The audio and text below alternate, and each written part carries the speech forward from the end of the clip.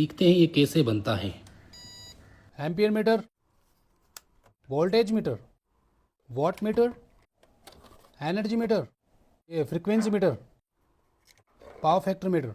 क्या आप भी अलग अलग रीडिंग चेक करने के लिए अलग अलग मीटर रखते हैं? डोंट वरी, ये सबका बाप मीटर मैंने बना दिया है और ये वाला मीटर आपको सिखाएंगे कैसे बनता है। बनाने के लिए 6 मॉडल का एक स्विच बोर्ड, एक 16 एम्पियर का स्विच और एक 16 एंड 6 एम्पियर का सॉकेट और कुछ वायर चाहिए। और ये प्रोडक्ट अब इसके अंदर कैसे फिट किया जाता है प्रोडक्ट। यहाँ पे सबसे पहले हम सॉकेट के ऐड करेंगे और 16 एम्पियर स्विच को हटा करके 32 एम्पियर का स्विच लगाएंगे, बहुत ही अच्छा है। और यहाँ पे हम डिवाइस को ऐड करेंगे। अब डिवाइस को यहाँ पे इस तरह ऐड करेंगे तो ये मोटा हो जा रहा है और ये फिट नहीं होगा। इस तरह से मैं फिट करना चाहता हूँ। इसको फिट करने के लिए आपको हल्का सा थोड़ा मेहनत करना पड़ेगा। आपको हल्की सी साइड कटिंग करनी पड़ेगी इस तरह की मोटर से।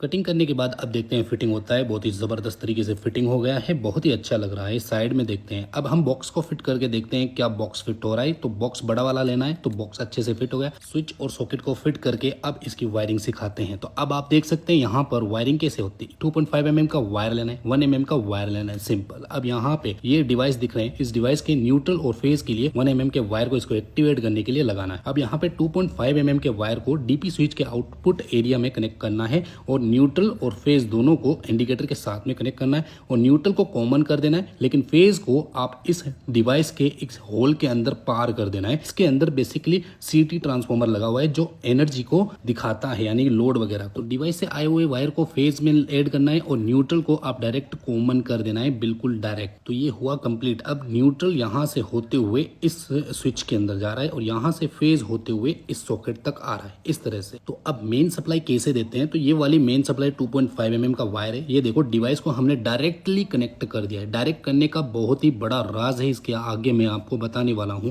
तो देखो न्यूट्रल फेज मैंने डिवाइस को डायरेक्ट कर दिया और बाकी लोड को मैंने स्विचिंग में कर दिया। और जब हम स्विच दबाएंगे तो लोड आके आउटपुट में रन करेगा, जैसे कि न्यूट्रल यहाँ से होते हुए सॉकेट में जाएगा और फेज इस सीटी के माध्यम से होते हुए इसमें जाएगा, ताकि स्विच ऑन होने पर ही वॉट वगैरह दिखाएं।